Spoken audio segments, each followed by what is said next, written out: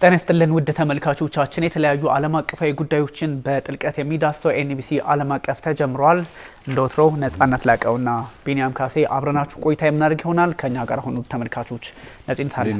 ሰላም መልካም አለን።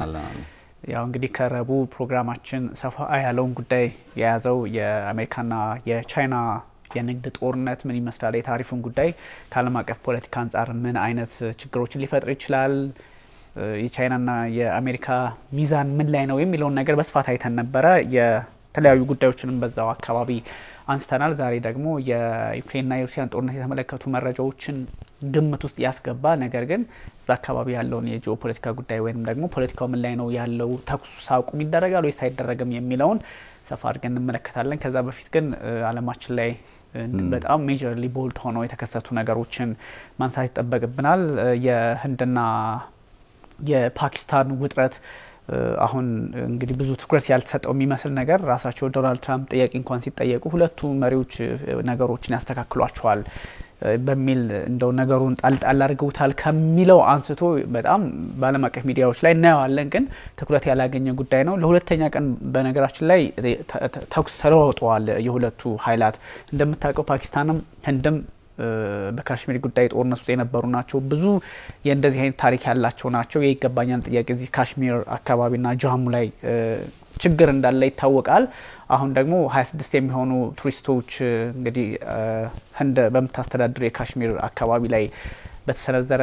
የአሸባሪዎች ጥቃት ነው የምትለው ህንድና በዛ ምክንያት ሰዎች ህይወታቸውን አጥተዋል። ከዚህ ጀርባ ደግሞ ፓኪስታን የሚደግፋቸው ኃይሎች አሉ በሚል ነው ህንድ የምትከሰው። ስለዚህ ድንበር ተዘግቷል፣ የንግድ ጉዳዮችን አቋርጠዋል፣ ብዙ ግንኙነታቸውን ዲፕሎማሲው ተቋርጧል። እና ምንድነው ይሄን አይነት ነገር ያላቸው? እንደምታውቀው ደግሞ የኢንደስ ወንዝ ስምምነት አልነበራቸው። ምንም አይነት ውሃ ወደ ፓኪስታን አያልፍም በሚል በመከላከያ ሚኒስቴር ደረጃ ህንድ መግለጫ ሰጥታለችና አስቸጋሪ ነው ጉዳዩ። በጣም አደገኛ የሚያደርገው ከታሪክ አንፃርም ብዙ ነገሮች አሉ አለ። ከ1947 ወዲህ ያለውን እንኳን ስንመለከት ናሬንድራ ሞዲ በሳውዲ አረቢያ ጉብኝት እያደረጉ ባሉበት ሰዓት ይሄን ነገር ሲሰሙ አቋርጠው ተመልሰዋል። ሲመለሱ ደግሞ የፓኪስታንን አየር ክልል ሳይጠቀሙ ነው የተመለሱትና ትንሽ ይሄ ነገር ውስብስብ ነው። እና ደግሞ ሁለቱም ኒውክሌር ታጣቂ ሀገራት ናቸው። ታስ በጣም ኢንተረስቲንግ የሚያደርገው እሱ ፓርት ነው። የኒውክሌር ታጣቂ ፓወር ኒውክሌር ፓወር ዲሆኑ ሀገራት መሆናቸው እንደም ፓኪስታንም ጉዳዩን ኢንተረስቲንግ ያደርገዋል፣ አደጋውን ያከፋዋል። ለምንም ደግሞ የዓለም ጉዳይ ለምን መሆን አለበት ሲባል የህንድና የፓኪስታን ጉዳይ ሁሌ እኮ በየሀገራት ዙሪያ በተለይ በጎረቤት ሀገራት መካከል ብዙ ጊዜ ግጭቶችና ሊኖሩ ይችላሉ። ግን የህንድና የፓኪስታንን እንግዲህ ከመስራታቸው ጀምሮ እንበለው መስራታቸው ስለ ከዚህ ከብሪቴን ከዩናይትድ ኪንግደም ኢምፓየር ውስጥ ከወጡ በኋላ ከዛ ህንድም ነጻነቷን ስታገኝ ፓኪስታንም እንዲህ ያለ ታሪኩ ማጠንጠኛው የካሽሚር ጉዳይ ይሆንና ከዛ የሂንዱ እምነት የሂንዱ ናሽናሊስት እና የኢስላም ናሽናሊስት ያለባቸው ሀገራቶች ናቸውና ህንድ ውስጥ ያለው የናሬንድራ ሞዲ አስተዳደር የሂንዱ ናሽናሊስት ነው። በነገር ላይ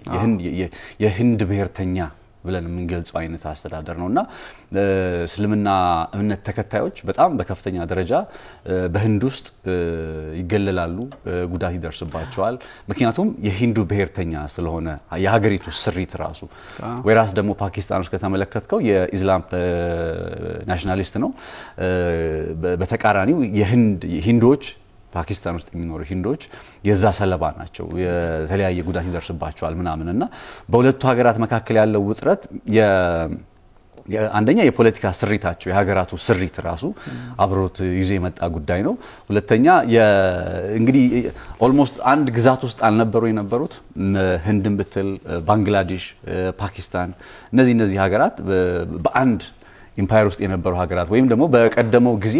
ህንድ ተብሎ ሊገለጽ የሚችል አካባቢ ነበርና እንግዲህ የኮሎናይዜሽን ወይም ቅኝ ግዛት የሚባለው ነገር አስቀያሚው ፓርቱ ይሄ ነው። ለምሳሌ ኢራቅ ውስጥ ስትሄድ የሺያ ሙስሊሞች አሉ፣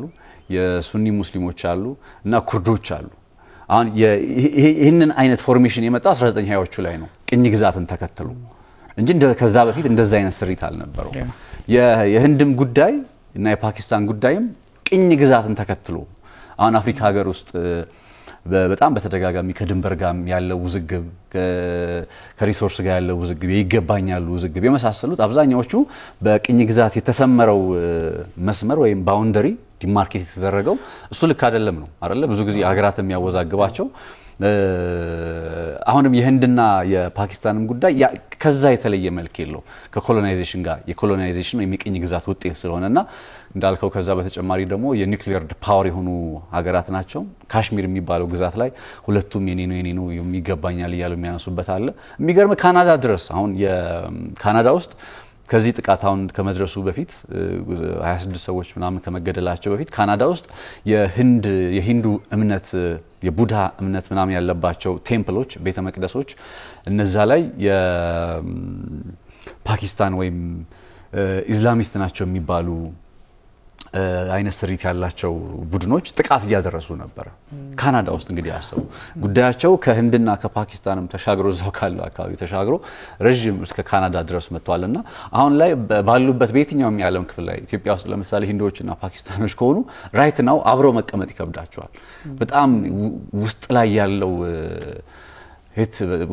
ያለው የእርስ በርስ ጥላቻ በጣም ነው የሚያሳዝነውና በጣም የሚገርመኝ ህንድን ጉዳይ ባሰብኩ ቁጥር በህንዱ ለምሳሌ ላሞች የሚሰጣቸው ዋጋ ማለት ሲምቦሊካሊ ባሁን በህንድ ብሔርተኝነት ውስጥ በላም በቃ መግደል አትችልም ላሞችን ማረድ አትችልም ኢትዮጵያ ውስጥ ይደረጋል አይደለ ሶ ህንድ ውስጥ ግን ያላት ሲምቦሊካሊ ከዛ ፓኪስታኖች የእስልምና እምነት ተከታዮቹ ደግሞ ችግር የለባቸው ይሄንን ማድረግ በስርዓት ደረጃ ላሞችን መገብ ኦር የመሳሰሉት ነገሮችን ችግር የለባቸው እቺ ጉዳይ የምትፈጥረው ይሄንን አይነት ልዩነት ያላቸው መሆኑ እቺ ጉዳይ የምትፈጥርባቸው ልዩነት በራሱ የግጭት የእልቂት የመገዳደል መንስኤ ይሆናል እዛው ህንድ ውስጥ ፓኪስታን ውስጥና ይሄ የሃይማኖትን ቤዝድ አድርጎ የሚመጣ አይነት የስሪት ጥያቄ ስለሆነ በጣም ክሪቲካል ነው ያስባለሁ ትልቅ እንትን አለው ይሄ ከታሪክም ከአሁን ካለው የዓለም ፖለቲካ አንፃርም አብረህ የምታየው ነገር ነውና በነገራችን ላይ 2019-18 አካባቢ ላይ የማይክ ፖምፒዮ የአሜሪካው የቀድሞ የውጭ ጉዳይ ሚኒስትር ጫፍ ላይ ደርሶ ነበር ኒውክሌር ሊተኳኮሱ የሚል መረጃ አጋርተው ነበርና ልክ አሁን በሩሲያና በምዕራቡ ዓለም ላይ ያለውን ውጥረት ስንመለከት ኒውክሌር ማንም ደፍሮ ሚተኩስ የለም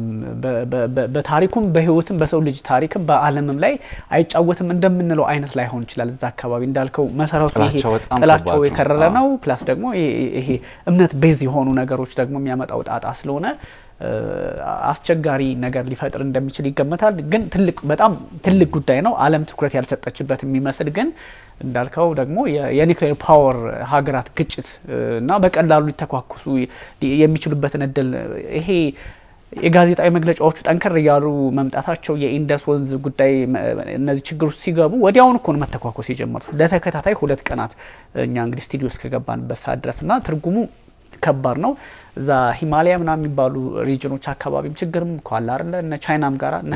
ህንድ የላትም የድንበር የቤት ስራው አላለቀላትም እና ይሄ ነገር እየሰፋለ ይችላል ባንግላዴሽ ጋር አለ ቻይና ጋር አለ ፓኪስታን ጋር እና ስለዚህ ምንማናቸው ሊገቡ የሚችሉት በእንደዚህ አይነት ጉዳዮች ላይ የሚለው ችግር ነው በጣም በግዙፍ መነሳት ያለበት ነገር ግን የቅኝ ግዛት ጉዳይ ነው ለምሳሌ አፍሪካ ውስጥ እኮ 15 ሀገራት ውስጥ እኮ የሆነ ብሄር ልታገኝ እኮ ትችላለህ የነ ናይጄሪያ እዛ አካባቢ ያሉትን ስትመለከት እኮ እንዴት ነው ዲማርኬት የተደረገው ምናምን የሚሉ ጥያቄዎችን ታነሳለህና after all የኮሎናይዜሽን ውጤት እንደዚህ አይነት ነገር እንደሆነ ያሳያል ነው ከዛው ውጭ ደግሞ የቻይናና እንግዲህ የአሜሪካ የንግድ ጦርነትን ወይንም ደግሞ ነገሮችን ስትመለከታቸው እንዲሁ የተወሳሰቡ ነገሮችን ልትመለከት ይችላል ዶናልድ ትራምፕ አንድ ሐሳብ ሰጥተው ነበር በሁሉም ነገር የንግድ ወይም የታሪፉን ጉዳይ የመቀነስም ሆነ የመጨመር ጉዳይ የሚወሰነው በእነ ቻይና እርምጃ ልክ ነው የሚል ሐሳብ አምጥተዋልና ከዚህ በፊት አንተና እኔ ረቡ በደንብ ያወራንበትን ጉዳይ ድጋሚ ራሳቸው ያረጋግጡበትን ነው ማለት ስለዚህ በቻይና እርምጃ ልክ ሊወሰን ይችላል ካሉ መደራደር ከፈለጉ እንደራደራለን የሚጥሉብን ከሆነ እንጥላለን የሚል ሐሳብ ሰጥተዋል ያ ማለት ከዚህ በፊት አሜሪካ ስታደርገው የነበረው ትጥልብሃለች አንተ አችልም ነበር አሁን ግን ባንተም ድርድር ልክ ባንተ ተከሻልክ ባንተ በመትሄድበት ርቀት ልክ እኛም የተመጠነ አካሄድ ይኖረናል ስለዚህ ወደ ድርድር መምጣት አለብን አለብን ብለው ካሰቡ እንመጣለን በእነሱ እንቅስቃሴ ልክ ይወሰናል የሚል መረጃም ሰጥተዋልና ይሄኛውም እንደው በርግጥም የዓለማችን የፖለቲካ ግንዛቤው በተወሰነ መንገድ የተቀየረ መሄዱን የሚያሳይ ሆኖ አይቻለሁ። ያ ዴፊኒትሊ የቻይናና የአሜሪካ የንግድ ጦርነት ጉዳይ at the end of the day ወደ ያው በድርድርም አልከው በምንም በተወሰነ መልኩ ረገብ ማለቱ አይቀርም አይደል? ታሪፉ እየጨመረ ሄዶ ከዛ በኋላ ላቨሬጅ ወይም የመደራደሪያ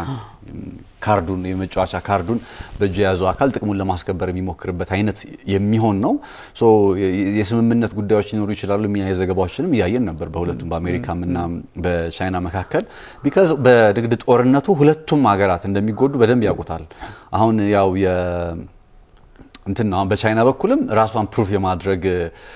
ፍላጎት አለ ገብቷል። በርግጥም አሜሪካ መገዳደር እንደምትችል አሜሪካም ደግሞ ሌላው ሀገር ጸጥ ብሎ ወይም ሌላው ሀገር ሳይዳፈረኝ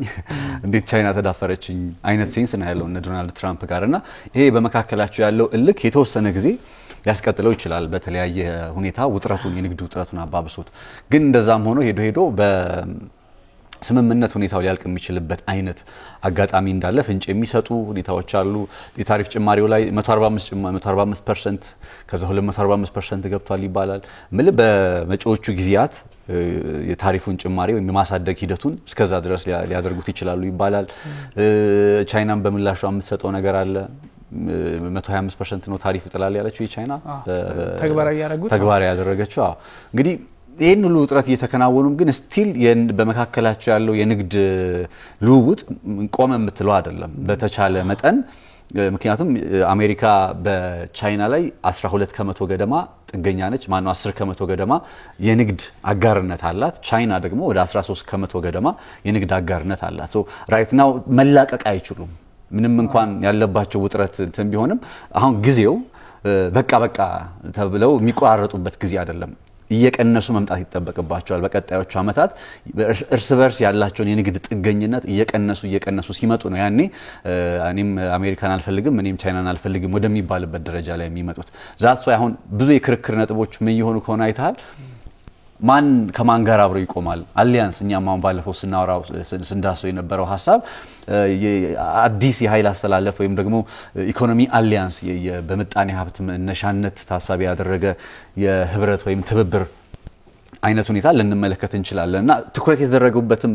አሊያንስ የሚለው ጉዳይም ህብረት የሚለው ጉዳይ ለዛ ይመስለኛል። ምክንያቱም አሁን ተላቀው አይላቀቁም ግን እንደ ሎንግ ረን እርስ በርስ እየተፋቱ በመሄዱበት ሰዓት ላይ አንደኛው ሀገር ሌላኛውን ሀገር እንትን ብሎ ጥቅሙን አስከብሮ ለመግለጥ ለመቀጠል እንዲቻል ካስፈለገ የሚነግድበትንም አብሮ መቀነስ ግንኙነት ያለውንም ሀገር አብሮ መቀነስ ስለሚያስፈልግ ዋነኛ ቶፒካቸው እሱ ነው የሚሆነው ብዬ ነው ማሰበው በመጪዎቹ ቀናትምና አሜሪካዎች ኢምባላንስ ነው የሚሉት። አሁን ቻይና አይደለም ለአሜሪካ ቀርቶ ለዓለም የንግድ ሰንሰለት ውስጥ ኢምባላንስ እየፈጠረች ነው። ምክንያቱም በጣም በከፍተኛ ደረጃ ኤክስፖርተር ነች። አስቡ አሁን ከቻይና ጋር አሜሪካ መፎካከር ካልቻለች በኤክስፖርት ማለት በውጭ ንግድ ገበያ አሜሪካ መፎካከር ካልቻለች ዜን ማን ነው የሚፎካከረው? ስለዚህ የኤክስፖርት ገበያውን እየተቆጣጠረች ያለችው ቻይና ነች። ሶ ኢምባላንስ ሲባል የአሜሪካ ጉዳይ ብቻ ሳይሆን አደንዶ ሰደይ ወደፊት ለምሳሌ ኢትዮጵያ የሆነ ተመጣጣኝ የሆነ ማርኬት መኖር አለበት አይደለ? ስቲል ያው ፍሪ ማርኬት እንደሆነ ቢታወቅም ግን በሆኑ ዘርፎች ላይ አሪፍ መጣን እንበልና ኢትዮጵያ በዛ ዘርፍ ላይ ወደ ዓለም አቀፍ ገበያ ማስገባት ስንፈልግ ተወዳዳሪነታችን የሚሆነው ከነ ቻይና ጋር ነው። ይሄንን ገበያ የዓለምን ገበያ እየያዙ ካሉ ሀገራትና እነሱ ደግሞ ለረጅም ጊዜ ፕላን አድርገው እየመጡበት ስለሆነ ኦልሞስት ተስፋ አስቆራጭ የሆነ እና አሜሪካ እንኳን ግራ እየገባቸው ነው አይደለም አዳዲስ ሊመጣ የሚችል ሀገር ቀርቶና ለዛ ነው አሁን የቻይና አካሄድ በርግጥም ዓለምን ኮንትሮል የማድረግ ዓለምን የመቆጣጠር ነው እየተባለ የሚገኘው ብዬ ማስበው። ሜቢ ግን ከዚህ ከቻይና ጉዳይ ባለፈ ብዙ ሂደንበት አናቅም። የሱዳን የእርስ በርስ ጦርነት ጉዳይ 2 አመት ሞልቶታል አይደል? አለፈው 2 አመት አለፈው እና ሱዳን ውስጥ ሜቢ ወይ ሌላ ቀን በስፋት ልመጣ እንችላለን ያለው ክራይሲስ ሱዳን ወደ ሁለት ሀገርነት ልትመጣ ነው እንደሚያስብል። ምክንያቱም የነ ሐምዳን ዳጋሎ በቅጥል ስሙ ሄምቲ ይሄ አርኤስኤፍ የሚባለው ኃይል ቀድሞ ጃንጃዊድ የሚባለው እነሱ ከካርቱም ከተባረሩ በኋላ ወደ ዳርፉር ወደ ቻድ ድንበር አቅራቢያ ሄደው በዛ ስፍራ ላይ የራሳቸው ግዛት ወደ መመስረት እየሄዱ ነው። እነ ሐምዳን ዳጋሎ እንደምታውቀው መነሻቸው ቻድ አካባቢ ዳርፉር አካባቢ ያለው ነውና የዘር ጭፍጨፋ አከናውኖበታል የሚባለው በዓለም አቀፍ የጦር ወንጀል የሚከሰሱበትም ኤሪያ እነንትና ደግሞ እነ አብዱል ፈታህ አልቡርሃን ደግሞ የትመጣዋል ካርቱም ገብቷል ሶ ሁለቱ ኃይሎች የየፊናቸውን ይዘው ሱዳንን ለሁለት ሊሰነጥቋት ነው ወይ የሚል አይነት ውጥረት ነው ያለው አሁን ራይት ነው እንግዲህ ደቡብ ሱዳን ከዚህ በፊት ተገንጥላለች አሁን ደግሞ ያለችው ሱዳን የቀረችው ወደ ሁለት ልትሰነጠቅ ነው ወይ የሚለው ቶፒክ እንደ ጥያቄ የተነሳ ያለ ጉዳይ ነው ሰሞኑና ሜቢ ሌላ ቀን በስፋት ልንመለከተው ከቻለ ማን ከማን አለ የሚለው ያውኛ ሞሬ ማንንበት አንዳንድ ጂኦፖለቲካል ጉዳዮች የነ ግብጽም ጉዳይ አብሮ ስለሚነሳ ነው እንዳልከው ይሄኛው ግን ትልቅ ጉዳይ ነው አይ ቲንክ 15 ቀን ምናምን ሆኖታል እንዲህ አይነት ሐሳቦች ከተነሱ የራሱን ኦልሞስት መንግስት መስርቷል የአርኤስኤፍ የሚባለውና ምንድነው የሚለው እንደውም ከሁሉም የሱዳን ግዛቶች የተውጣጣ ኃይል የመሰረተው መንግስት ነው እና ኬንያ ውስጥ ነው ደግሞ እንደዚህ አይነት ነገሮች ቀደም ሲል ሐሳቡ የመጣውና ከኬንያ መንግስትም ጋር አልቡርሃን ችግር ውስጥ እንዳሉ እንሰማለን ግን እነዚህ ካነሳው አይቀር ጧት እንደውም ራሳችን ኤንቢሲ ኢትዮጵያ ላይ የተሰራም ዜና ነውና የሱዳን ቀውሱ በጣም ኤልፋሽር በሚባለው አካባቢ ላይ ከባድ ሆኗልና ሰዎች ከሰል እንደ ቅጠል ሲባል ያው ኖርማል ቅጠል ከቬጂቴብል ሳይሆን ቅጠል የሰው ልጅ የማይበላቸውን አይነቶች እየተመገቡ ነው አንድ የኖርዌጂያን የስደተኞች ኤጀንሲ ያወጣው መረጃ ነውና ይሄ በጣም ትንሽ ለሁሉም ትምርት የሚሰጥ ያው መጥፎ ሌሰን እንደው ይሄም አለ ለማለት ነው እንጂ እንዳልከው ብዙ ነገሮች ሱዳን አካባቢ አስፈሪ ነገሮች እየመጡ እንደሆነም ፊልም አረጋግጧል ተዘግቷልም ደግሞ በጣም ተረስቷል ዓለም አይዘግብል አያወራውም አይዘግብል አስወጡ ቀድመው ምዕራባውያን አስወጡ የራሳቸውን ሰዎች አስወጡ ከዛ ጂኦፖለቲካው ዩክሬንና ሩሲያ ኢራንና እስራኤል ሆነላቸው በዛ መንገድ ነው የሆነው በነገራችን ላይ ሚድል ኢስትም ላይ የመሐሙድ አባስ መንግስት እኛ የማንለውን ቃል ተጠቅሞ ሐማስን እንደዚህ አይነት ነገር ማድረግ ህዝቡን የማስጨረስ አካሄድ ልክ አይደለም አግባብነት የለውም በሚል ግልጽ በሆነ ስድብ ያው ቃሉን እንጠቀመው ማክሱን ጸያፍ ቃል በመጠቀም ሰድባዋቸዋል የሐማስ ኖርማል ከሆነ አናቅም በዛ በመካከለኛው ምስራቅ አካባቢ ግን ያው እንደዚህ አይነት ነገሮች አሉና ትንሽ የዓለም ፖለቲካ በጣም ግራ ይገባው በርግጥም ሐማስ አክቹሊ በቃ ይበቃዋል ምንድነው የምትልበት ደረጃ ላይ ልደርስ ትችላል እንደ አንድ ፍልስጤማዊ ሆነ የምታስበው ከሆነ ብዙ ጊዜ አንዱ ቦታ ላይ ሆነ ነው አይደል እንዴ አይነት ነገር የምታወራው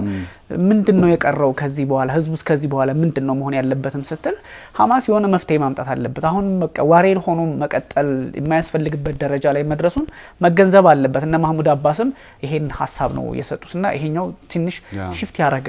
ነገር ሆኖ አይቻለሁ ልክ በዛው እስራኤል ኦልሞስት 15 ቀናት አካባቢ የሰብአዊ አቅርቦቱን ገታለች በቃ ዘግታለች እንኬጅ በለው ጋዛ ውስጥ ያለው በነገር ላይ ለክራብ የሚለውን ጉዳይ ቅድም ያነሳ ስለነበረ ሱዳን ውስጥ ጋዛ ውስጥም ያለው ረሃብ ኦልሞስት በጣም አስፈሪ በጣም ሰቅጣጭ የሆነ መጥቷል ለምን ቢባል እስራኤል ሙሉ በሙሉ ኦልሞስት ጋዛን ከባለች የሰብአዊ እርዳታ እየቀረበ አይደለም በጣም ያሳዝናል ጋዛ ውስጥ ያለው ሁኔታ ከረሃብ አንፃር ከተመለከተው ከዛ እስራኤሎች የሚያቀርቡት ምክንያት ግን ምንድነው ሐማስ አሁን የችግሩ ምክንያት ሐማስ ስለሆነ የሰብአዊ አቅርቦቱም እንዲለቀቅ ሐማስ በቃ ታጋቾችን መልቀቅ አለበት ምናምን ከዚህ ቀደም ሲቀርቡ የነበሩ ቅድመ ሁኔታዎችን ያነሱ ነበር ኦብቪየስሊ አሁን ከዚህ በኋላ ሐማስ በጦር ትግሉ ምንድነው አቺቭ ያደረገው አይደለ አሁን የትጥቅ ትግል አደነው ሰዲ እድሜ ዘመንን ሁላ ተታገለም ስትራቴጂ መቀየር አለበት አካሄድን መቀየር አለበት እንዴት ነው የሚለው ነገር አይደለ ሄዶ ሐማስ እዚህ ድረስ መጥቷል በዚህ ሂደት ውስጥ ምንድነው አቺቭ ያደረገው ሲባል ኦልሞስት ለጋዛ ሰዎች ለፍልስጤም ሰዎች ከሰጣቸው ይልቅ የነሳቸው ይበልጣል ብዙ ማቾች ስላሉ ያ ማለት ግን የሚታገልለት ዓላማ ስተት ነው ማለት አይደለም ይሄ ፍልስጤም ሀገርነት መስረታ የሚለው ጉዳይ ስለዚህ ስትራቴጂው መቀየር አለበት በሚለው ጉዳይ ላይ እኔ መስማማለሁ ግን ቢቀየርስ ራሱ እስራኤል ወይም ሐማስ ቢጠፋ ራሱ እስራኤል ከዚህ የተሻለ ነገር ታረጋለች ወይ ሐማስ ቢጠፋ ራሱ እስራኤል በጋዛ የፍልስጤማውያን እንዲኖሩ ትፈቅዳለች ወይ እንደዛ ከሆነ ለምንድን ነው በዘለቂታዊነት ከጋዛ እናፈናቅላችሁ እያሉ የሚያወሩት ወይም በሌላ ሶስተኛ ሀገር እናስፍራችሁ እያሉ የሚያወሩት የእስራኤል ባለስልጣናት የሚለው ነገር አብሮ መጠየቅ አለበት ብዬ አስባለሁ። ኢን ጀነራል ደግሞ ጦርነት ማለት ነው ረሃብን ለጦር መሳሪያ መጠቀም የሚለው ጉዳይ አሁን ራይት ናው የጠቅላይ ሚኒስትር ቤንያሚን ኔታንያሁ አስተዳደር ያው ስላነሳ ነው የእስራኤልን ጉዳይና የጠቅላይ ሚኒስትር ቤንያሚን ኔታንያሁ አስተዳደር አሁን ረሃብን ለጦርነት መጠቀም በሚል ምክንያቱም 50 ቀናት ቅድም 15 ነው ያልኩት ለ50 ቀናት 52 ቀናት ሆኖታል ጋዛ ኦልሞስት በከበባ ውስጥ ሆኖ የሰብአዊ አቅርቦት ጉዳይ የምግብ የእርዳታ አቅርቦት ጉዳይ እንትን ከተባለ ከተዘጋ እና ሰዎች እየተራቡ ነው ማለት በሌላ ቋንቋ ረሃብ ለጦር መሳሪያነት ረሃብን የጦር መሳሪያ አድርጎ እንደመጠቀም ነው የሚቆጠረው ዓለም አቀፍ የጦር ወንጀልም ነው ሶ ይሄኛውም ጉዳይ አብሮ ሐማስን እንትን እንዳልነው ሐማስን እየሄደበት ያለው አካሄድ ጋዛን ሰዎች እየጎዳቸው ነው እንዳልነው ራይት ናው ደግሞ የጠቅላይ ሚኒስትር ቤንያሚን ኔታንያሁ አስተዳደር ለነዛው ለጋዛ ሰዎች ረሃብን የጦር መሳሪያ አድርጎ የተጠቀመባቸው ያለ ይመስላል ዩኤን በነገራችን ላይ ዩኤን ያወጣው መረጃ ስለሆነ ነው ይሄኛው ደጎረስት የሆነ ረሃብ እየመጣ እንደሆነ እንትኖቹ ሙሉ የጋዛ ውስጥ ያለው የተከማቹ ምግቦች አሉ ተብሎ የሚታሰቡት ሙሉ አሁን የሉም በቃ አልቀዋል ስለዚህ ደጎረስት የሆነ ረሃብ አለ ከዚህ ደግሞ ከዚህ የባሰም እንደሚመጣ ግልጽ ነውና ማስጠንቀቂያውን የሰጠው ራሱ የመንግስታቱ ድርጅት ስለሆነ ነው ስለዚህ ይሄ ነው አሁን ፍልስጤም ላይ ያለው ነገር ለፍልስጤም ህዝብ ብዙ ጊዜ እንደዚህ ስትል ፍልስጤም ላይ ያለው ነገር አሁን ሐማስ ያለበትን ሁኔታ ምናቀው ነው እንዲህ ስላለ እንዲህ ምናምን አይደለም ሙጃሂድ ነኝ ይላል ነፃ አውጪ ነኝ ይላል ነፃ አውጪ ነው እንዳልከው ይዞት የመጣው ኮዝ የፍልስጤም ሀገርነትን ጉዳይ ነው ለፍልስጤማውያን ነው የሚታገለው ትክክል ነው ግን አሁን ባለበት ሁኔታ በቃ የሆነ ነገር ያስፈልጋል የሆነ ጊዜ ገዝቶ ፎይታ ወስዶ ምናምን ስትራቴጂ ቀይሮ መምጣት እንደሚጠበቅበት ነው የሚያሳዩ ምክንያቱም አሁን እነ ማህሙድ አባስ በዚህ ልክ መግለጫ ካወጡ በቃ ይበቃል ታጋሾች ተለቀው በቃ ይሆን የቀረው ህዝባችን ይኑር የሚል ምክንያት አትስጧቸው ያለው ማህሙድ አባስ እንደዛ ነው ምክንያት አትስጧቸው በቃ ለነዚህ ሰዎች ምክንያት አትሆኑላቸው ምክንያት አትስጧቸው በቃ ታጋሾቹንም ከሆነ ለቀቁ ሜክ ሴንስ ምክንያቱም ታስታውሳለህ ከሆኑ ቀናት በፊት ስናወራ በቃ ምክንያት ነው ያደረገች ያለው ቃል በቃል ብለናል እዚህ ፕሮግራም ላይ እስራኤል ምክንያት ነው ያደረገች ያለችው እና መሐመድ አባስም የደገመው እሱ ነው ሐማስን እንደ ፕሪቴክስት ነው የምትጠቀመው ነው ያሉት በቃ ሐማስ አለ በሚል ወይም ሐማስ ታጋች አለ በሚል ምናምን አድርገው ያኔ ባይኖር አሁን አትሊስት ምን ለማለት ምን ብለ ለመጠየቅ ዜን ዋይ የሚለው ጥያቄ የበለጠ ጠንካራ ይሆናል እንዴ በዚህ ደረጃ የፍልስጤም ሰዎችን የእስራኤል ማለት የጋዛ ሰዎችን እንደዚህ የምታረጓቸው ለምንድን ነው የሚለው ጥያቄ የበለጠ ውሃ ያነሳል አሁን ውሃ ያነሳም ይያልኩ አይደለም ግን በንጽጽር ስትመለከቱ የበለጠ ጠንከር የሚለው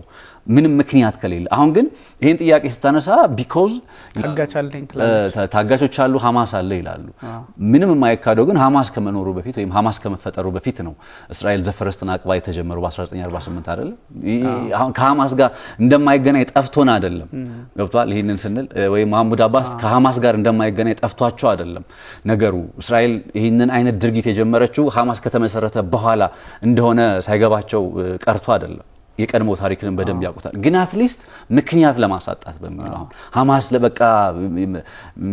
ምንለው በትጥቅ ትግሉ ሄዶ ምንም እስካሁን ድረስ የተፈጠረ የለም የአረብ ዓለም ሀገራት እንደምታያቸው ናቸው በቃ ያቀርበው ሰንሰለቱ ተቋርጧል ምናምን በቃ የትጥቅ ትግል አላዋጣውም ለሐማስ በሌላ ቋንቋ ስለዚህ እነ መሐሙድ አባስ ቢያንስ እነ ዌስት ባንክን ተገቢ ባይሆንም በተወሰነ መልኩ ለማስተዳደር እየሞከሩ እንዳሉት በስንት ጫና ውስጥ ሆነው ሰው ይዞ ማቆየት ይሻላል ሰውን ይዘው ማቆየት ይሻላል ከሚለው አንፃር ነው ባይዘው መሐሙድ አባስ ሐማስን ብቻ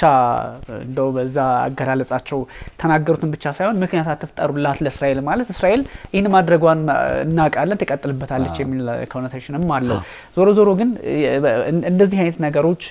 ዋጋ የሚያስከፍሉት ያው ህዝቡን ነው የሚለውን ለማንሳት ያህል ነው ነዚህ ወደ ዋና ጉዳያችን ብንገባ እንግዲህ ሰሞነኛው እንግዲህ ቀደም ካነሳናቸው ጉዳዮች መካከል በጣም ግዙፍ ቦታ የተሰጠው የአሜሪካና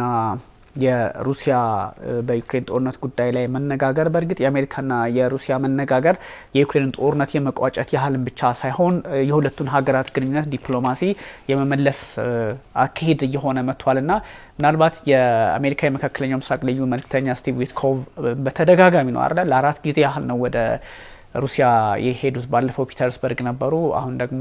ሞስኮ ደርሰው ከፕሬዝዳንት ቭላድሚር ፑቲን ጋር አውርተዋል ለ3 ሰዓታት ያህል በቆየው ንግግራቸው የተለያዩ ሐሳቦችን አንስተዋል ግን ካነሷቸው ሀሳቦች መካከል ኦብቪየስሊ የዩክሬንና የሩሲያ ጦርነት ጉዳይ አለ። ግን የሁለቱ ሀገራት ግንኙነትን እንዴት ማጠናከር አለበት የሚለው ጉዳይ ላይ ትኩረት ሰጥተዋል። ከዛ ደግሞ በጣም እንደው ለየት ባለ መንገድ የዩክሬን ጦርነት አነሱበት የተባለው መንገድ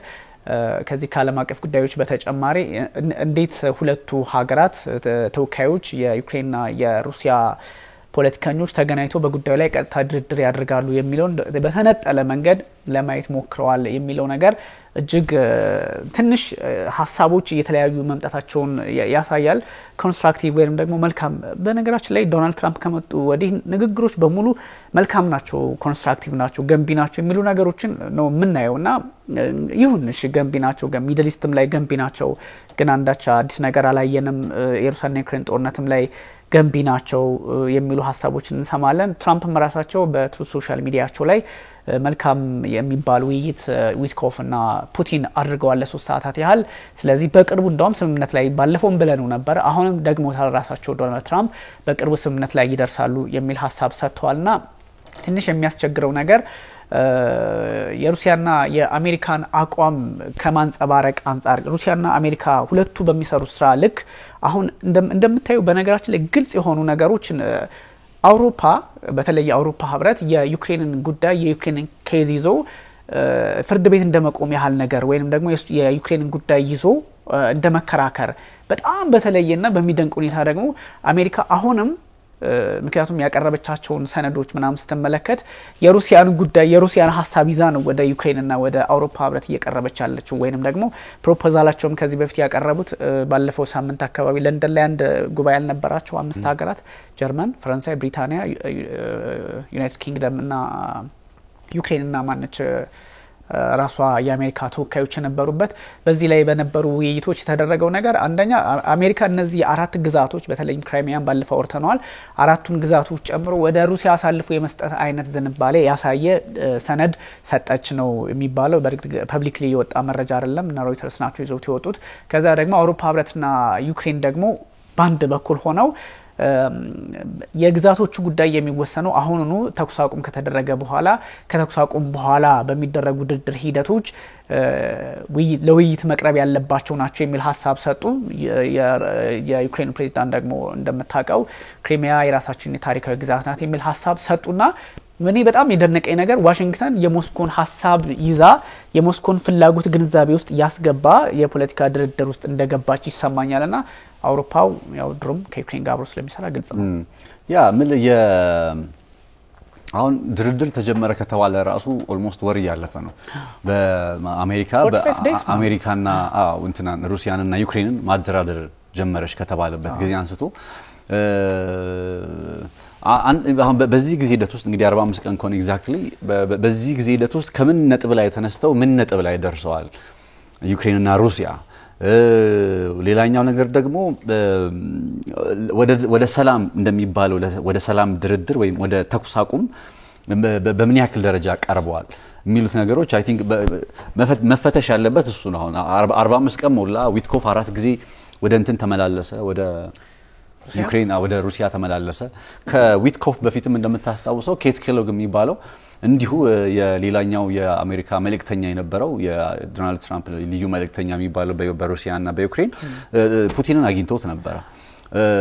ከዛ በኋላ ነው ዊትኮፍ የተተካው። በነገር ላይ ዊትኮፍ የተተካበት መንገድ ኬት ኬሎግ ብዙም ከፑቲን ጋር አልተስማሙም ይባላልና ግን ዲሞክራቶቹ ነው አቋማቸው ባይዘይ በኬት ኬሎግ ወይም ከ45 ቀን በፊት ኬት ኬሎግ በነበሩበት ጊዜ ላይ የነበረው ሐሳብ ጦርነቱን እንዴት መቋጨት ይቻላል በሚለው ላይ እኮ አሜሪካ የምታስበው ነገር አለ፣ ዩክሬን የምታስበው ነገር አለ፣ ሩሲያ የምታስበው ነገር አለ። አሜሪካ በተቻለ መጠን እንደምታስታውሰው መሃል ላይ ሆና ለመዳኘት እየሞከረች ነው። ለመዳኘት ስትሞክር ደግሞ ከ2014 ድንበር በፊት የሚባለው የለም ክራይሚያን አጠቃሎ እሱኛው የሩሲያ ግዛት ይሆናል። የተቀሩት ኦልሞስት 5ቱ ምንድነው የሚባለው አዲስ የተጨመረው ግዛት ኖቮሩሲያ ምናምን የሚባል ኖቮሩሲያ እንደዚህ የሚባል ግዛት አለና እነዛን ጨምሮ ያን አካባቢ ላይ 5ቱን ዛፖሮጂያ ምናምን የመሳሰሉትን እነዛ ግዛቶች ደግሞ ለዩክሬን ይመለሳሉ ወይም ከ2022 በፊት ወደ ነበረው ድንበር ዩክሬን ትመለሳለች። ይሄ በአሜሪካዎቹ እሳቤ ውስጥ ያለ ነው። ሰማው ቭላዲሚር ፑቲን ባለፉት 45 ቀናት በሐሳብ ደረጃ ሙሉ በሙሉ ምስራቅ ዩክሬን በኩል ያለውን ግዛቶች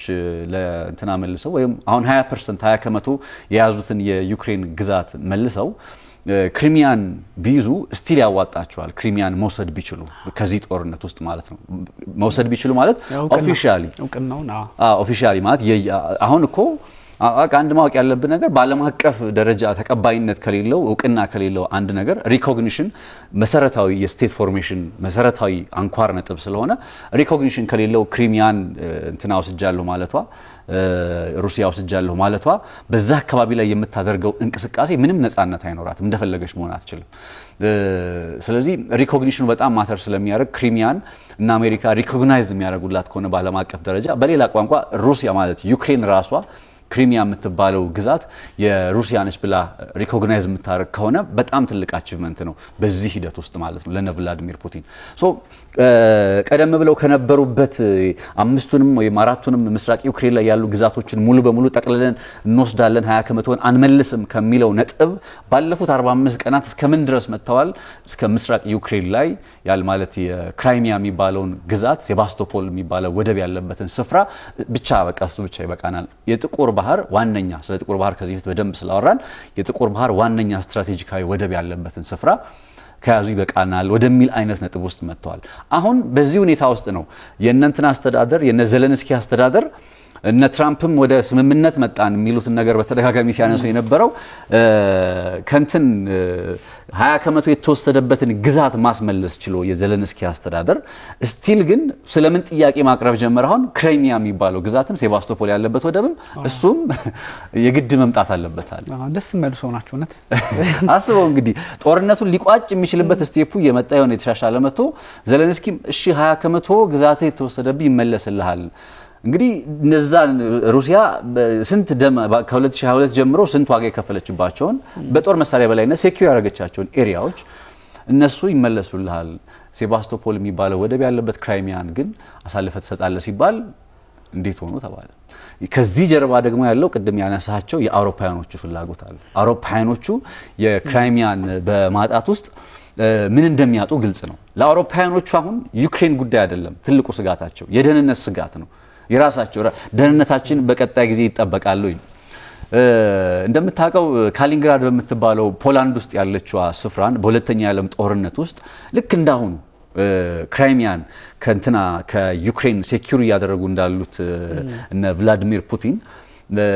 በሁለተኛ የዓለም ጦርነት መገባደጃ ላይ ካሊንግራድ የምትባለዋን ፖላንድ ውስጥ የምትገኘውን ግዛት ሩሲያ ወይም ሶቪየት ህብረት በጊዜው ሴኩር ማድረጓ ትልቅ የጠቀማት ነገር ምንድነው? በባልቲክ ሲ በኩል በባልቲክ ባህር በኩል የሩሲያ መውጫ እንዲሆን የሩሲያ መተንፈሻ እንዲሆን አስችሏታል። ከዛ ኔቶን መቁረጫ ኤግዛክትሊ በላቲቪያ ሉቲኒያ እና ኤስቶኒያ የሚባሉት ሀገራት ከታች ያሉት ከነ ፖላንድ ምናምን እንዲቋረጡ ምክንያቱም መሀል ላይ ቤላሩስ ስላለች ማለት ነው። ቀጭን የሆነች መስመር አለች ሲያሜም አላትና እንግዲህ አስበው በዚህ ደረጃ ስትራቴጂካዊ ሆና ብላክ ማለት ነው ባልቲክ ባህር ላይ የሩሲያ ፍላጎትን የምታስከብር አይነት ስፍራ ሆና የመጣችው ካሊንግራድ የተባለችው ሲያሜው እኮ ካሊንግራድ አልነበረም። ጀርመኖች የነበሩበት የጀርባ ታሪክ በጣም ብዙ ነው የካሊንግራድ እና ግን ያንን ቦታ ሴኩር ማድረጋቸው በጂኦፖለቲካው ላይ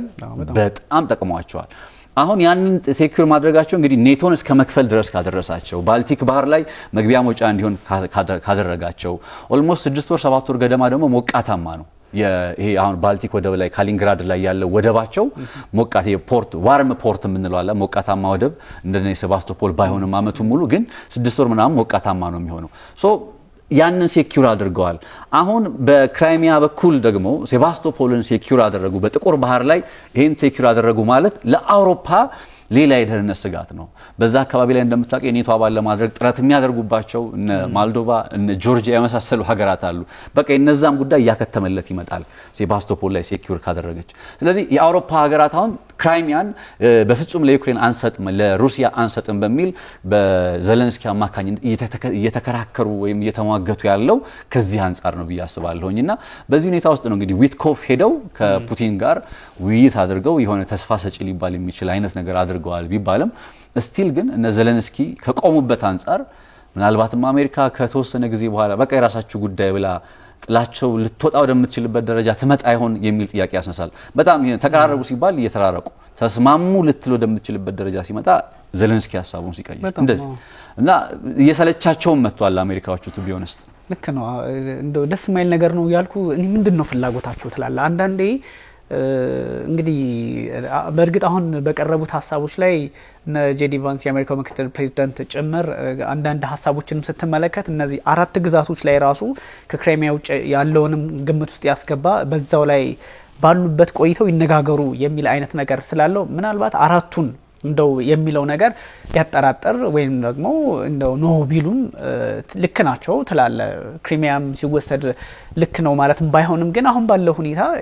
ይሄን ነገር ስትመለከቱ ምንድነው የሚፈልጉት ባይዘይ በጣም ፕሬዝዳንት ቮሎዲሚር ዜሌንስኪ እውነት ሞንገሪንግ አይነት ነገር አካሄዳቸው ሆኗል አንደኛ ዝም ብለህ ስትመለከታቸው ትራምፕ በፑቲን ትርክት በጣም እየተጠለፉ ነው የፑቲን ናሬሽን አንዴ የናዚን ጉዳይ ያነሱባቸዋል አንዴ የናፖሊዮን እንደዚህ የነሱን ድል ያነሱ ትርክት አይደለም ባይዘይ በትክክል ያለውን ታሪክ ነው የተናገሩት ትራምፕም ቢሆኑ ያን ያነሱ በዚህ ባንዳንድ ሐሳቦች ትርክት ወይም ደግሞ በተለያዩ ጉዳዮች ላይ ሐሳባቸው ወደ ሌላ አቅጣጫ እየወሰዱ በዶናልድ ትራምፕ ተጠልፈው ወድቀዋል አይ ሚን በፕሬዝዳንት ቭላድሚር ፑቲን የሚል ሐሳብ ያቀርባሉ እንግዲህ አንድ የአሜሪካን መንግስት የሚያል ትልቅ ድጋፍ ሲያደርግ ለነበረላቸው ሀገር እንደዚህ አይነት ስም መስጠት ምንድነው ፍላጎታቸው በዛ ላይ ደግሞ እነዚህ ግዛቶች ክሪሚያን እንኳን ወስደው ጦርነቱ ይቋጭ ሲባል እንዴት ነው የሚሆነው ጦርነቱን የማስቀጠል ፍላጎት ያላችሁ ለህዝባቸው እንደ አያስቡም እንዴ ነው የምትለውኩ አሁን ባለው ሁኔታ እስካሁን በቃ ልክ ነበሩ ምናምን የሚል እምነት ነበር አሁን ባለው ሁኔታ ግን በጣም ዓለም አቀፋዊ ይዘት እንዲኖር ይፈልጋሉ ምንድነው ያሉት እዚህ ኬቭ ላይ 12 ሰዎች በሞቱበት በጣም አደገኛ ጥቃት በተሰነዘረበት ዋና ከተማዋ ላይ የ12 ሰዎች ህይወት ሲጠፋ ምንድነው ያሉት ይሄኛው እኮ ራሳቸው ያላደረጉትን በሰሜን ኮሪያ ላይ እኮ ግፊት ቢደረግ እና በሌሎች በሩሲያ አጋሮች ላይ ምዕራቡ ግፊት ቢያደርግ ኖሮ እኮ ይሄ ሁሉ ጥቃት ባልተፈጸመብን ምዕራቡ ምን እዳለበት እንደ ያን ያህል በእሳቸው ያላደረጉትን ነገር ሌሎች እንዲያደርጉላቸው ይፈልጋሉና የሞቱት አሉ እነዚህ 12 ሰዎች የሞቱት በልክ በነሰሜን ኮሪያ ላይ ጫና ባለማድረጋችሁ በሌሎች የሩሲያ አጋሮች ያው ኢራን ለማለት ፈልገው ነው ጫና ባለማድረጋችሁ ምክንያት በዛ ምክንያት በመጡ የጦር መሳሪያ ውጤቶች ነው ህይወታቸውን ያጡት በሚያሳዝን ሁኔታ ይላሉ ምንም በቃ ነገር ይፈልጋሉ አብዛኛው ፓርት 116 የሚሆን የሚሳኤል ፓርቶች እንግዲህ ጥናት አድርገው ነው 116 የሚሆኑት ከተለያዩ ሀገራት የመጡ ናቸው እነዚህ ፓርቶች ተገጣጥመው ያን ሚሳኤል የሰሩ ናቸው አብዛኛው አሉ አንፎርቹኔትሊ ከአሜሪካ ኩባንያዎች የመጣ ነው እና በቃ ኢንተርናሽናል ነው የሚያደርጉት ጉዳዩን በቃ ዓለም አቀፋዊ ማድረግ ነው የሚፈልጉት በነገራችን ላይ ጦርነቱ ቀጥሎ አሜሪካና አውሮፓም በቃ ተፋተው እርስ በርስ ተቀያይመው አውሮፓ ከዩክሬን ጎን ሆነው እንዲዋጉ ይፈልጋሉ ዓለም አቀፋዊ ይዘት እንዲኖረው ይፈልጋሉ ሰሜን ኮሪያ ያደርሱታል ኢራን ያደርሱታል ጭራሽ አሁን የአሜሪካ ኩባንያዎች በሚያሳዝን ሁኔታ ብለው አብዛኛውን ሊሆን ይችላል እንግዲህ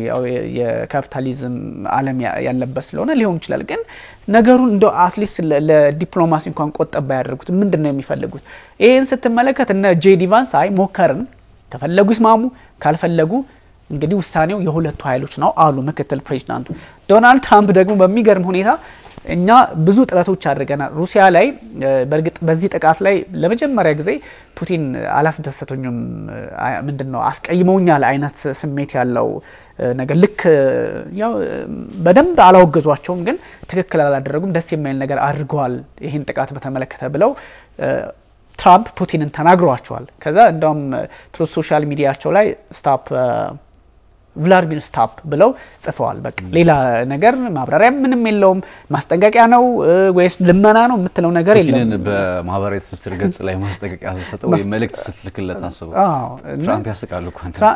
እሳቸው እኮ የምታውቀው ነው ከዚህ በፊት ሱሚ ላይ ጥቃት ሲሰነዘር ንግግራቸው ባይዘው መጣራት አለበት የምንለው ደጋግመን ብለን አይደለም ጥቃት ሲሰነዘር እንትን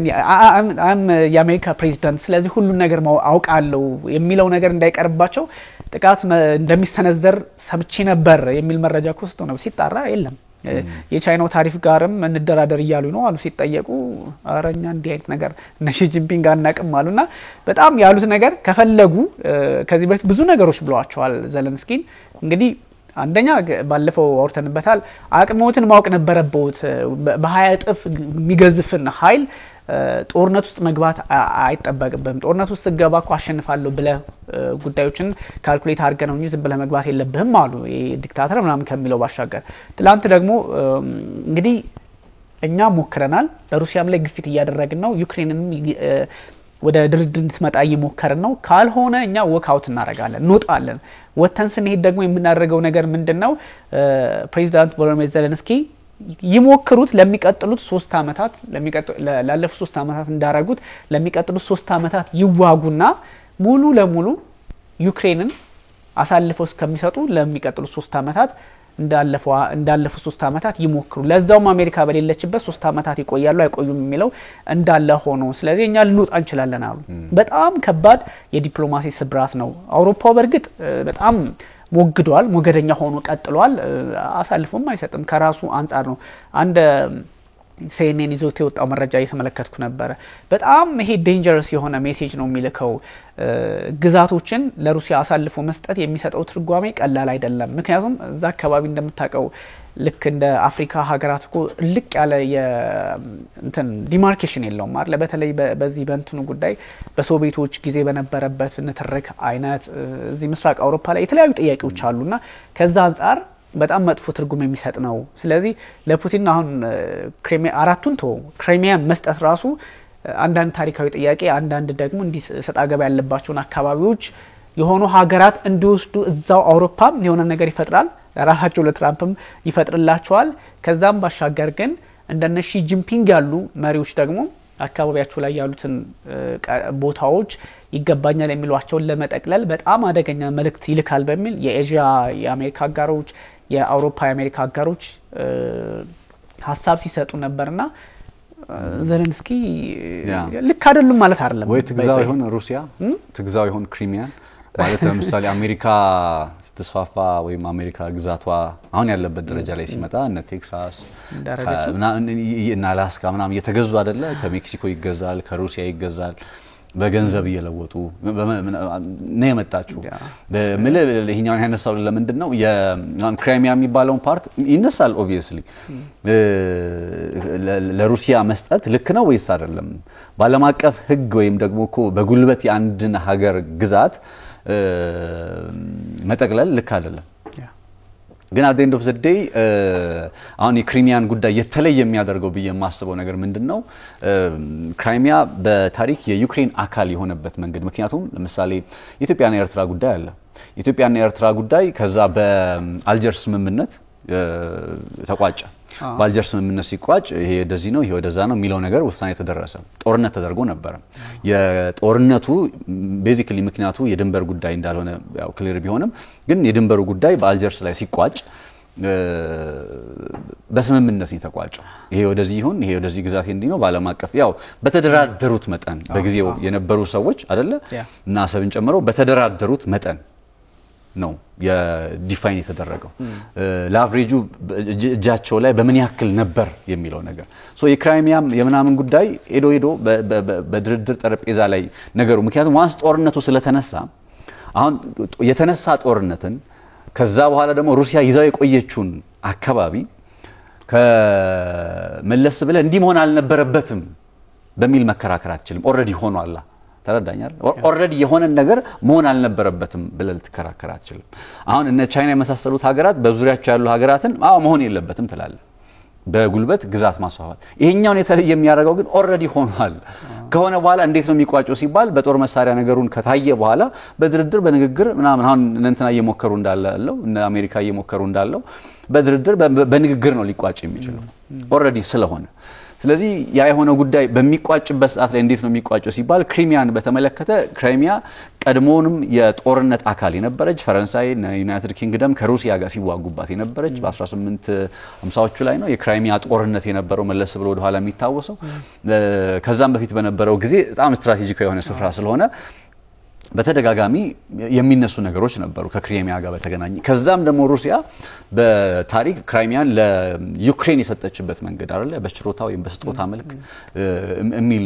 ናሬቲቭ አላቸው ስለዚህ እነዚህ ነገሮች የክሪሚያን ጉዳይ በተወሰነ መልኩ ለየት ያደርጉታል ብዬ አስባለሁኝ ለዛም ነው አሁን ክሪሚያን በመስጠትና በሰጥቶ መቀበል መርህ ክሪሚያን ብታጣ ዩክሬን በኦዴሳ በኩል ከጥቁር ባህር ጋር ያላት ተደራሽነትን ስለማታጣ ስቲል ፍላጎቷን በጥቁር ባህር ላይ መግቢያ መውጫ ይኖራታል በተወሰነ መልኩ እንደ ልቧ ይሄ አሁን ሙሉ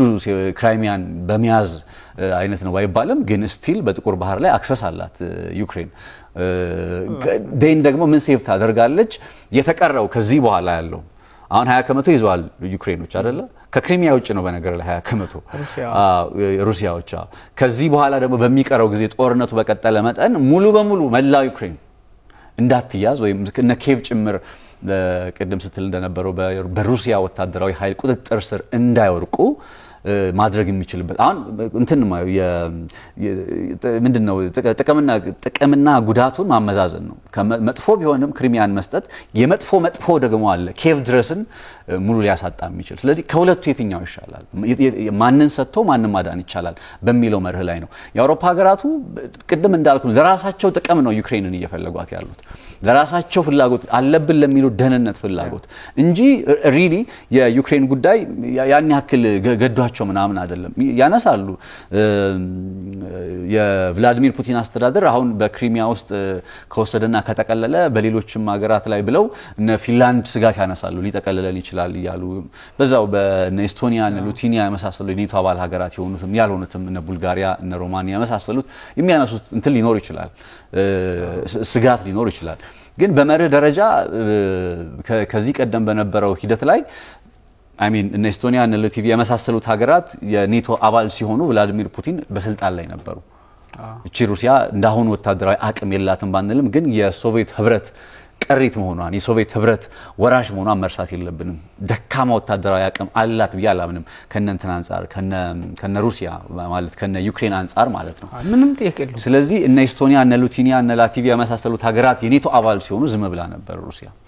በጆርጂያ ላይ ሲመጣ ነው አይደለ 2008 ላይ ነገሩ ስትሮንግ ሆኖ ጆርጂያ ላይ ይገቡት ደን ዩክሬን ከዛ ውጭ ባለው ሁኔታ ላይ ስትራቴጂካዊ በሆነ መልኩ ሩሲያን ስለማይቆልፋት ችግር የለባቸውም በተግባርም ደግሞ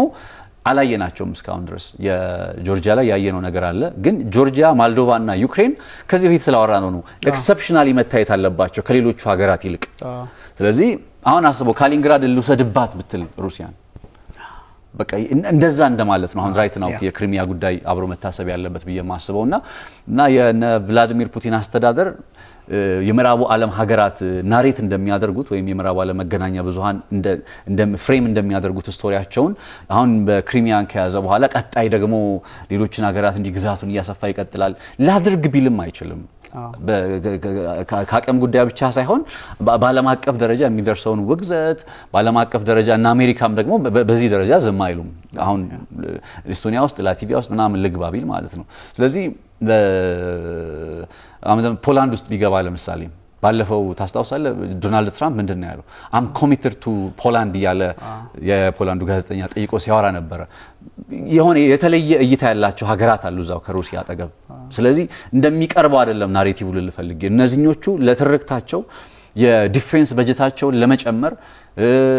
አትሊስት እነሱ ዝግጁ ነን ብለው እስከሚያስቡ ድረስ የቭላዲሚር ፑቲንን የጦር ኃይል 3 አመት እንፈጅ 4 አመት እዛው ዩክሬን ውስጥ አምቀው ማስቀረት ይፈልጋሉ ከዛ ከ4 አመት በኋላ አሜሪካ ብትወጣ ብለው አስበው ወደ 800 ቢሊዮን ዶላር በጀት ለማጽደቅ በሂደት ላይ ናቸው የሚገኙት አይደለ ኢቭን ኔቶ አሜሪካ ብትወጣ እንዴት እንሞላለን የሚል ሐሳብ ውስጥ ናቸው ያሉት እና የኛው ነጥብ ማነሳለ ምንድነው ዩክሬንን እንደ መጠባበቂያ አድርገው ከ5 ምናምን አመታት በኋላ እነሱ ሬዲ ሲሆኑ በቃ ዲፌንድ ወደሚያደርጉበት ሁኔታ ለመምጣት ያሰቡ ነው የሚመስለው እንጂ ራይት ነው ጦርነቱ እንዲቆም ፍላጎት ያላቸው አይመስልም ለዛ ምክንያታቸው የደህንነት ስጋት አለብን የሚለው ጉዳይ ማለት ነው ውሃ ያነሳል የሚለው ነገር እንዳለ ሆኖ ማለት ነውና የአውሮፓ ሀገራቱ ስቲል ዩክሬንን መጠቀም ያርገው ቀጥለዋል አሜሪካም አሁን በዚህ መካከል ሰልችቶት አሁን ጄዲ ቫንስ እንዳለው አቋርጠው የሚወጡ ከሆነ የድርድር ሂደቱን ማለት ያደራደሩበት ያለውን ነገር በቃ የራሳቸው ጉዳይ ብለው ጥሏቸው የሚሄዱ ከሆነ ምንድነው የሚሆነው አውሮፓ ሪሊ ይችላል አሁን ዩክሬንን በእንትን ማስታጠቅ በጦር መሳሪያ ማስታጠቅ ይችላል አይችልም አሜሪካ ከሌለች እና ዩናይትድ ኪንግደም የመሰሉ ሀገራት ለዩክሬን ድጋፍ ያደርጋሉ why should they አሜሪካ ከሌለችበት ለምን ያደርጋሉ ያንን ድጋፍና አይ ቲንክ በእንደዛ አይነት ጥረት ውስጥ ስላሉ የአውሮፓ ሀገራትም አሁን በቃ ድርድሯ ላይ የሆነች ነገር ለማድረግ ጥረት እያደረጉ ያለ ነው የሚመስለው ኢን ጀነራል ዘለንስኪም ተመችቷቸዋል ባይዘይ እንደዚህ አይነት ነገሮችን በጣም ሐሳቢ ይዘው ይመጣሉ ከአውሮፓውያን ወይም ከአውሮፓ ህብረት በተለይ ከዛ ጦርነቱ እንዲቀጥል አይነት ነገር ነው እንቅስቃሴያቸውን ዝም ብለህ ስትመለከተውና ብዙ ነገሮች አሁን ባይዘይ እየተቀየሩባቸው መጥተዋል የእንግሊዙ ጠቅላይ ሚኒስትር ኬር ስታርመር ራሱ መወሰን አለባት ለስምምነት የዩክሬን ፖለቲከኞች ለስምምነት ቁርጠኛ መሆን አለባቸው ውሳኔ ማሳለፍ አለባቸው ወደሚል ደረጃ ደርሰዋል ያ ማለት እንግዲህ ያው የዋሽንግተን የሆነ ንክኪ ሊኖር ይችላል ማለት ነው ብሪታንያ ውስጥ እንደዚህ አይነት ሐሳቦች ከተሰጡ ከዛም ባሻገር ደግሞ የኪየቭ ከተማ ከንቲባ እንግዲህ ብዙ ነገሮች ተመልክተናል ካሁን በኋላ ዩክሬን ግዛቶችን አሳልፋ መስጠት ሳይኖርባት አይቀርም ከንቲባ ናቸው እንግዲህ የዩክሬን ዋና ከተማ ከንቲባ አሳልፈን መስጠት ሳይኖርብን አይቀርም የሚል ሐሳብ ሰጥቷል ምንም እንኳን ቢቃወሟቸውም የነ ዘለንስኪ አማካሪዎችና ዝም ብለህ ስትመለከታቸው ነገሮች አሁን ጦርነት እንደው ዝም ብሎ ሲቋጫና ይማርለ ወይ በስምምነት በመሰሉ ነገሮች ወይ ደግሞ የሆነ ለውጥ አይተን ነው እንዲ ዩክሬን ላይ አሁን እንደው ጦርነቱ አለ የለም እስከሚል ደረጃ ዋና ከተማ ውስጥ ገብተን እንደፈለክ ደብድበክ ከወጣ ጦርነቱ ምን ደረጃ ላይ ነው አለ የሚለውንም ለመገመት ያግዛልና ብዙ ነገሮች አሉ ስለዚህ እንደውም የሰሜን አትላንቲክ የጦር ጥምረቱ ዋና ጸሐፊ ማርክ ሩቴ አሜሪካ ነበሩና ከነ እንትና ጋር ማናቸው ከትራምፕም ጋር ከማርኮ ሩቢዮም ጋር ከፔታክሰትም ጋር ከሁለቱም ጋር ከሶስቱም ጋር ተነጋግረዋል በተለያዩ ጉዳዮችና ጋዜጠኞች ጠይቋቸው ምንድነው ያሉት ኳሷ ያለችው በሩሲያ ሜዳ ላይ ነው በግልጽ ስለዚህ በሩሲያ ሜዳ ላይ ነው የዩክሬን ሰዎች የዩክሬን ወታደሮችም ሆኑ የዩክሬን ፖለቲከኞች እየተጫወቱ ያሉት በሰው ሜዳ ላይ ነው ስለዚህ ያው አንተ ኳስ በደንብ ስለምትወድ ይገባል በሰው ሜዳ መጫወት ያለውን ዲስአድቫንቴጅ እና ከዛ አንፃር ያሉት ነውና ስለ ፑቲን ጦርነቱን የሚያቆሙ ሙስሊም ያቆማሉ ብለው ያስባሉ ሲባሉ አይ እኔ የፕሬዝዳንት ቭላድሚር ፑቲንን አምሮ ማንበብ ካቆምኩ ቆይቻለሁ አሉ 2010 እስከ 2014 ድረስ የኒዘርላንድስ ጠቅላይ ሚኒስትር አልነበሩ ማርክ ሩቴ ስለዚህ ያኔ አብሬ ሰርቼ አይቻቸዋለሁ ነው የሚሉትና የሳቸውን ማይንድ ማንበብ አቆም ያለው ያቆሙት ያው አንፕሬዲክተብል ስለሆኑ ነው አርት ኦፍ ዋር አንደኛው አንፕሬዲክተብል እና እንደዚህ አይነት ነገር ሲሉ ነበር እንደውም ይሄን ስትል ራሳቸው ፑቲን ምንድነው ያሉት አሁን የዓለም ወታደሮች የዓለም ወታደራዊ ሳይንስ የኛን ቴክኖሎጂ ምንጠቀማቸውን የኛን የጦርነት ታክቲክ የግረኛውን ጥናት እያደረጉበት ነው የሚል መግለጫ ሲሰጡ ነበርና ያ ማለት ደግሞ ንጠናከር አይነት ሐሳብ ያለው ነው ስለዚህ እነዚህ ሁሉ ዝም ለግምት ስታስገባቸው በቃ ድባቡ እዛ አካባቢ ያለው ዘለንስኪ እየተገፉ የሆነበት መንገድ አንደኛ ጦር ሜዳ ላይ ስለተሸነፉ ነው በቃ ስለዚህ ጦር ሜዳ ላይ ተሸነፈ አሁን እንደው ድርድር ጠረጴዛ ላይ ለማሸነፍ እንድትሞክራለህ በቃ ወይ እንደሚሉት ፕሬዝዳንት ዶናልድ ትራምፕ ዘለንስኪ ስልጣናቸው ማራዘም ይፈልጋሉ እንዲችም ብለው መቀጠል ይፈልጋሉ ወይ የሚለውን አይነት ሊሆንብ ይችላልና እዚህ ዋና ከተማውን እንደው ከፈለኩኝ ለመተውት ይችላልውኝ ዘለንስኪን አሁን ታርጌት ላደርግ ይችላልው የሚል መግለጫ ከ2 ወር ከ3 ወር በፊት አውጥታ ነበር ሞስኮ እችላልው ነው ለዛውም እና ኬቭ ውስጥ ቤተመንግስቱ አካባቢ ድረስ ጥቃት እየሰነዘረች እሳቸው በስልጣን ላይ የመቆየት ፍላጎት አላቸው የሚለውን በራሱ ጥያቄው አስቸጋሪ ቢሆንም ግን ብዙ ነገሮች አሁን እየተገፉ አሜሪካ ጀርባ ከሰጠች በተለይም እዛ አውሮፓና አሜሪካ ያላቸው ነገር እንደምናቀው ስለሆነ ጀርባ ለመስጠት እየሞከረች ባለችበት ሰዓት አውሮፓን ያን ያህል እንደው መተማመንም ያለባቸው አይመስለኝም ፑቲን ምንድነው ያሉት ምስራቅ አውሮፓ ላይ ነበር አይደል እስካሁን ትኩረቱ ምክንያቱም የሶቪየቶቹን እንደው መመለስ የሚበሉት ምንም ብቻ ስጋትም ስላለባቸው ምስራቅ አውሮፓ ላይ ነበር አሁን ምስራቅ አውሮፓ አይደለም ስጋታችን ከምስራቅ አውሮፓ ባሻገር አይናችን ምዕራብ አውሮፓም ላይ ነው ያ ማለት ጀርመን ፈረንሳይ ነው እንግዲህ ብሪታንያንም ይነካታል ስለዚህ ምንድነው የተለያዩ ሐሳቦችን አሁን የሶቪየት ሜንታሊቲ የላቸውም ማለት አስቸጋሪ ነው ፑቲን እንደምናቃቸው ያው በተለያየ መንገድ የሩሲያን ኢምፓየር መስፋት የሚፈልጉ ናቸው የሩሲያ የበላይነትን ዓለም ላይ ማስቀጠል ከፍ ማድረግ የሚፈልጉ ስለሆኑ ፍላጎቱ ሐሳቡ ሊኖራቸው ይችላል ቢኖራቸውም ግን መተግበር እንደማይችሉ ጠንቀቀው ያቃሉ አንደኛ ቅድም እንዳልከው አቅም ከየትም አይመጣም በነገራችን ላይ ይሄን ሁሉ 32 አባል ሀገራት 32 ለዛውም አሜሪካ ካለች ሌላ ኤክስትራ ኦርዲናሪ ነገር ነው የሚከሰተውና እንደማይገቡ ይታወቃል ግን በሩሲያ የበላይነት በማመን ሶቪየትን እንደማምጣት በቃ የሩሲያን የበላይነት ዓለም ላይ ማስቀጠል ሶቪየትን የመፈለግ አይነት ትርጓሜ ካለው አላቀም እንደዛ ላይ ያስቡ ይችላሉ ግን አሁን ሌላ ጥያቄም ያስነሳል በርግጥ ምስራቅ አውሮፓ ላይ ብቻ አይደለም ስጋቱ የምስራቅ አውሮፓ አሁን ከምስራቅ አውሮፓ ተሻግረን ልክ እንደዛኔው እንደ ሶቪየቱ ዘመን ምራቡ ላይ ስጋት አለን ምራቡ ላይ አይናችን አይነሳም ብለዋል ስለዚህ ያኔ ሶቪየቶች ስለነበሩ ችግር የለም ሮማኒያ ምናምን ጆርጂያ ዌሬቨር ብትሄድ የራሺያ ኢምፓየር ነው የሞስኮ ኢምፓየር ነው ችግር የለውም ያኔ ምራቡ ምራብ አውሮፓ ላይ ነበር ትኩረት አሁን ደግሞ ከቅርብ ጊዜ ወዲህ ኔቶን የመቀላቀሉ ነገር ስላለ ምስራቁ ላይ አተኮሩ ከዛ ምስራቁ እንግዲህ ችግር የለውም ይሆን አይሆን ግልጽ ባይሆንም ግን ምራብ አውሮፓ አሁንም ትኩረታችን ነው አይናችን አይነቀልም የሚል መግለጫ ሰጡና ፍላጎታቸው በርግጥ ዶናልድ ማናቸው ፕሬዚዳንት ቭላድሚር ፑቲን የሚታወቅ ነው በቃ እዚህ አካባቢ ያለው ነገር የኔቶ ጉዳይ ያሰጋቸዋልና የኔቶ ዋና ጸሐፊ የሰጡት ነገር አወዛጋቢ ነው ማለት ፑቲንን ይፈሯቸዋል አይፈሯቸውም ምናምን የሚል ትንታኔ ኖሮት ሳይሆን ግን ምን ማለት ነው ፑቲንን ማንበብ አቁም ያለው ይቀጥሉ አይቀጥሉ አይገባኝም ሲሉ ምን ለማለት ፈልገው ነው የሚል ሐሳብም አለና የሆነ ነገር ሲሰጧቸው ዘለንስኪ አንድ ሉዓላዊ ሀገርን ለማስከበር አንድ መሪ የሚያደርገውን ጥረት መሟማት አድርገዋል ምንም ጥያቄ የለውም እንደ አንድ መሪ ይጣበቅባል እንዲማረግ ግን ደግሞ ቀደም ሐማስ ለሆነ ጊዜ እንኳን ፖዝ አድርጎ የሆነ አፍታ ወስዶ ስትራቴጂ ቀይሮ መመለስ እንዳለበት መገንዘብ አለበት እንደምንለው አይነት ዘለንስኪ ከስልጣንም ተነሱ እነዚህ የክሪሚያንም ሆነ የአራቱ ግዛቶች ትንሽ አጨቃጫቂ ሊሆን ይችላል የክሪሚያን ጉዳይ ግን የተረጋገጠ ስለሆነ 2014 ላይ የሄደች ግዛት ናት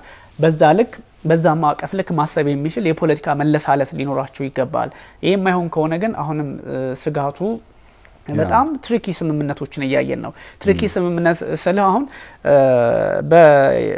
በዩክሬን ህዝብ ኤክስፐንስ ዓለም ይሁን አዲስ አይነት ነገር ምራቡ ዓለም ይፈልጋል ከአሜሪካ ውጭ አሁን ባለው ሁኔታ ሌሎቹ አውሮፓን ለማስጠበቅ ዩክሬን ዋጋ መክፈል አለባት ተብሎ ይታሰባል ትሪኪ ነገሮችን እየተመለከትን ነው ስለ በግልጽ አሁን እንደው ዩኤስ in the favor of ራሻ ልትቆም ነው የሚል ሐሳብ እንደው ከግራም ከቀኝ መነሳቱ በጣም የሚያስቅ ነገር ነውና አዳዲስ ስምምነቶች እንደውም I think ኤልቢ የሚባለው ወንዝ አለ አይደለ በሁለተኛው ዓለም ጦርነት መጠናቀቂያ ላይ የሶቪየቶችና የአሜሪካ ኃይሎች የናዚን ጉዳይ የወደፊቱን ሁኔታ ዲሳይድ ያደረጉበት ወንዝ አለ አይደለ ኤፕሪል 25 ቀን ነበር ያደረጉት ስለዚህ እቺን ስምምነት በጣም ታሪክ ይወዳሉ ባይዘው የሩሲያ ፖለቲከኞች ልክ የሞስኮና የዋሽንግተን ኃይሎች ትልቁን በናዚ ጉዳይ ላይ እዚህ ወንዝ ላይ እንዳደረጉት ሁሉ በተመሳሳይ ሞስኮ ላይ አደረግን ቀኑን 80ኛ ዓመቱን አኒቨርሰሪ ያከበሩ ነውና አይ ኩራት ሲኖር በታሪክ እንደዚህ በሞመንት ሁሉ ታነሳዋለ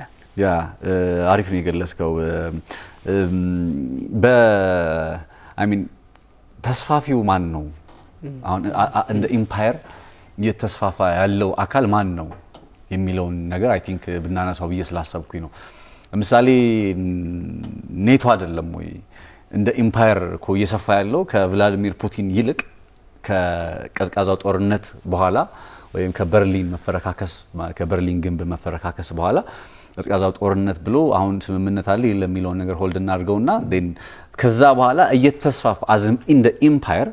ግዛቱን እያሰፋ ተጽኖን እያሰፋ ያመጣው ኔቶ አይደለም ወይ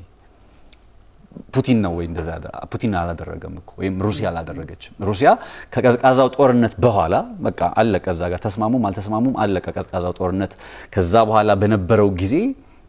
ከፖላንድ ጀምሮ እነ ኤስቶኒያ እነ ላትቪያ እነ ሊቱዌኒያ እንዲህ ያለ ዩክሬን ላይ ዩክሬንን ወደ ማጠቃለል የመጣው ራይት ናው እኮ በጥቁር ባህር ዙሪያ ካሉ ሀገራት መካከል ለምሳሌ 6 ሀገራት አሉ 3ቱ የኔቶ አባል ናቸው ከዛ 3ቱ ላይ ሂደቶች አሉ ዩክሬን ሞልዶቫና ጆርጂያ የምንላቸው ላይ ሶ ግዛቱን እያሰፋ ያመጣ እንደ ኢምፓየር የሆነው ራሱ ኔቶ አይደለም ወይ ከዛሬ ነገ እነዚህ ሀገራትን እየተቀለለ እያሰፋ ይዋጣ ሲመጣ ወይም የተጽኖ አድማስ ስፌር ኦፍ ኢንፍሉዌንሱን እያሳደገ ሲመጣ ይሄኛው ነገር ከፑቲን አንፃር ሆነ ስትመለከተው ኤግዛክትሊ ደግሞ ስጋት አይደለም አይደል አሁን የፑቲን መስፋፋትን እንደ ስጋት ነው የሚያነሱት በተግባር በተጨባጭ አሁን የምዕራቡ ዓለም ሀገራት ማለት ነው የፑቲን ይስፋፋብን ይችላል ግዛት ሊያሰፋብን ይችላል የሚለውን ጉዳይ በተጨባጭ ያየነው ግን ፑቲን ግዛት ሲያሰፋ ሳይሆን ራሱ የምዕራቡ ዓለም ሀገራት ይዘነዋል የሚሉት ኔቶ ግዛቱን ሲያሰፋ ነው ያየነው ሶ ውሃ ያነሳም አመክንዮ ወይም ሎጂካቸው ማለት ነው የምዕራቡ ዓለም ሀገራት አሁን ቭላዲሚር ፑቲንን በተመለከተ ያነሱ ያለው ሐሳብ ሊኖራቸው ይችላል ላይኖራቸው ይችላል እንዳልከው ግዛት የማስፋት ጉዳይ ፕራክቲካሊ ግን አላየነው ቭላዲሚር ፑቲን በተጨባጭ ይሄ ወደ ሶቪየት ህብረት እሳቤ ወደሚያስብል ደረጃ የሚወስድ ምንም ነገር አላየንም እነዚህኞቹን ግን አይተናቸዋል በተጨባጭ 1 2 3 4 5 ያሉ ሲመጡ ከዛ አንፃር ስትመለከተው የሪል ስጋት የሆኑት እንዲያውም ራሳቸው የአውሮፓ ሀገራት ናቸው ለዛም ነው አሁን ጦርነቱን የማራዘም ፍላጎት ያላቸው የአውሮፓ ሀገራት ራስን መከላከል ራስን ፕሮቴክት ማድረግ ፑቲን እንዲል ያደርገን ነው ያልሆነውን ያላየነው ያልተመለከትነው ነገርና ሶ አንዳንድ የምዕራቡ ዓለም ሀገራት የትርክት ስለሚቆጣጠሩ ገብቷል በጣም የሚፈልጉትን አጀንዳ በደንብ መስጠት ይችላል አሁን በጣም ታንክስቱ ሶሻል ሚዲያው ዘመናምኑና ትርክቶች ሁሉ እንትመጡባቸው እንጂ ካውንተር ናሬቲቭ መጣባቸው እንጂ በቀደመው ጊዜ እኮ እንደፈለጉ ነበር የሚያረጉትና አሁን ግን ሪጂድ ሶሳይቲ ነው ሆኖ ያገኘውት የፖለቲካኛው የአውሮፓ ኮንሰርቫቲቭ ናቸው በብዛት አሁን እንዲያውም ፖፑሊስቶቹ እየመጡ እነ ጣሊያን ውስጥ